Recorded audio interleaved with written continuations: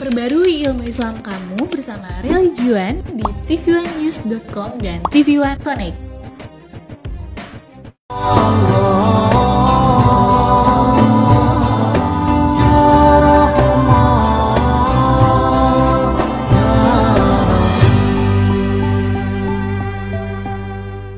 Assalamualaikum warahmatullahi wabarakatuh. Alhamdulillah wassalatu wassalamu ala Rasulillah. Asyhadu an la ilaha illallah wahdahu la syarikalah wa asyhadu anna Muhammadan abduhu wa rasuluh allazi la nabiyya ba'dah. Pemirsa TV One yang Allah muliakan, kembali di Assalamualaikum Nusantara. Di kesempatan kali ini kita akan bahas tentang 3 kenikmatan di dalam rumah tangga. Pemirsa TV One yang Allah muliakan, siapa yang tidak mau menikah? Setiap orang pasti pengen menikah. Bahkan nikah adalah aktivitas ibadah yang sekaligus nikmat begitu. Tidak ada orang yang menganggap nikah itu tidak nikmat, saya rasa. Pemirsa TV One yang Allah muliakan, sebagaimana Nabi SAW sampaikan, an-nikahu sunnati faman raghiba an sunnati falaysa minni. Bahwa nikah ini adalah sunnah kami. Barang siapa yang membenci sunnah ini, maka dia bukan kelompok kami, bukan bagian dari umat kami. Maka sekali lagi teman-teman, pemirsa TV One yang Allah muliakan, kita perlu menikmati bahwa ini bagian dari anugerah Allah Azza wa Jalla. Nikah adalah sunnah Nabi. Pemirsa TV One yang Allah muliakan, di dalam rumah tangga ada 3 aspek yang setidaknya harus ada di dalam sebuah proses rumah tangga. Yang pertama, ada aspek biologis. Aspek biologis kita akan pahami di antaranya 2 hal. Yang pertama, aspek biologis dengan penekanan pada aktivitas jima atau hubungan suami istri. Pemirsa TV One yang Allah muliakan, perlu saya sampaikan bahwa aktivitas suami istri tidak hanya sekedar urusan sekerat daging atau urusan setetes air. Aktivitas jima adalah sebuah proses di mana kita mengharapkan keturunan dari proses tersebut. Sebagaimana pesan Allah Azza wa Jalla dalam surat An-Nisa ayat pertama, Allah Azza wa Jalla tegaskan bahwa fungsi nikah adalah rijalan katsira wa nisaa wa bassa minhuma rijalan katsira wa nisaa. Bahwa fungsi pernikahan adalah munculnya keturunan baik laki-laki maupun perempuan dengan keturunan yang banyak. Itu di antara fungsi pernikahan. Jadi aktivitas jima tidak sekedar urusan sekerat daging ataupun setetes air. Urusan jima adalah urusan di mana kita mendapatkan keturunan. Maka kenikmatan pertama, aspek biologis ada di dalamnya. Sudah dapat keturunan, nikmat pula. Yang kedua, pemirsa TV One yang Allah muliakan, untuk aspek biologis yang kedua adalah sandang, pangan, dan papan yang tercukupi.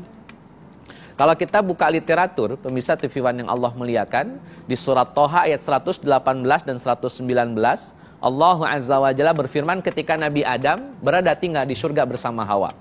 Kata Allah kepada Nabi Adam, wa inna laka alla taju'a fiha wa la ta'ra. Wahai Adam, bagimu sesuatu yang akan Allah berikan, la taju'a, di mana kamu tidak akan kelaparan, wa la ta'ra, dan tidak akan telanjang. Di ayat berikutnya, wa annaka la tazma'u fiha wa la tadha. Kamu pun tidak akan kehausan dan tidak akan kepanasan.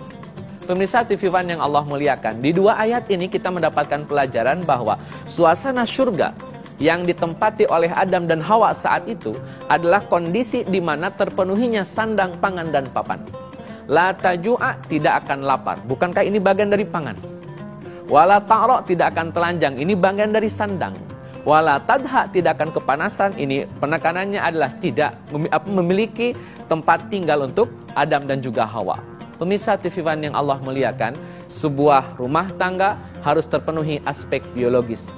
Ada jima di sana dan ada terpenuhinya sandang, pangan, dan papan sebagaimana Adam alaihissalam dapatkan saat beliau tinggal bersama Hawa di surga yang telah Allah tempatkan untuk Adam dan juga Hawa.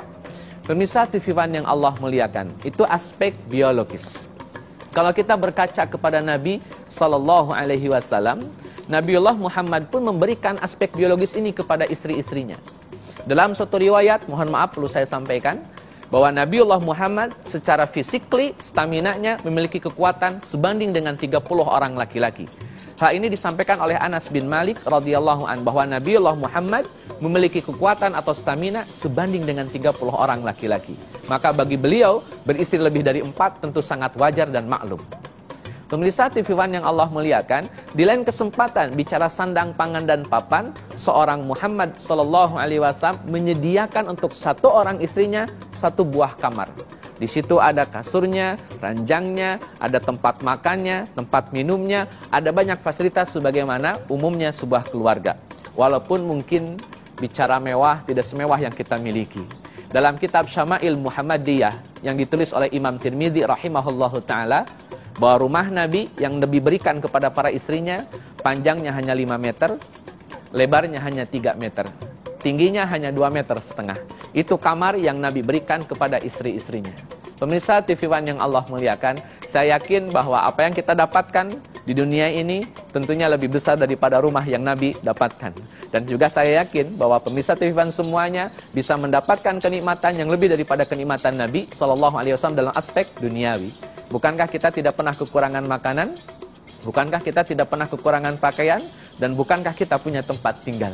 Sedangkan kalau berkaca kepada Nabi SAW pernah dalam saat hari-harinya, beliau tidak mendapatkan makanan untuk sehari-harinya. Hal itu Nabi harus dapatkan sebagai sebuah pelajaran bahwa hidup terkadang bahagia, terkadang ada duka di dalamnya. Rumah tangga yang dibangun oleh Nabi SAW ada aspek biologisnya, terpenuhi kebutuhan suami istri atau nafkah batinnya. Yang kedua, terpenuhi sandang, pangan, dan papannya sebagaimana tadi sudah digambarkan. Tidak usah mewah, tidak usah berlimpah, yang penting cukup. Karena ternyata kecukupan itu bukan urusan harta, kecukupan itu urusan hati. Kalau hartanya sedikit tapi hatinya merasa cukup, maka pasti Allah cukupkan. Walaupun harta berlimpah ruah tapi hatinya tidak cukup, maka sebanyak apapun harta, dia tidak akan bisa menikmati harta tersebut karena dia tidak mendapatkan kecukupan di dalam hatinya. Pemirsa TV One yang Allah muliakan, aspek biologis sebagaimana tadi sudah dijelaskan. Yang kedua, di dalam rumah tangga harus ada aspek yang kedua. Jika biologis sudah terpenuhi, aktivitas nafkah batin sudah terpenuhi, sandang, pangan, dan papan sudah terpenuhi, tidak harus mewah, yang penting cukup, maka aspek yang kedua adalah aspek psikologis. Pemirsa TV One yang Allah muliakan, banyaknya harta tidak menjamin kebahagiaan. Karena kebahagiaan sisi yang lain yang berbeda dari aspek biologis. Bagaimana gambaran aspek psikologis yang menekankan tentang pentingnya kebahagiaan? Kita lanjut di segmen yang kedua di Assalamualaikum Nusantara.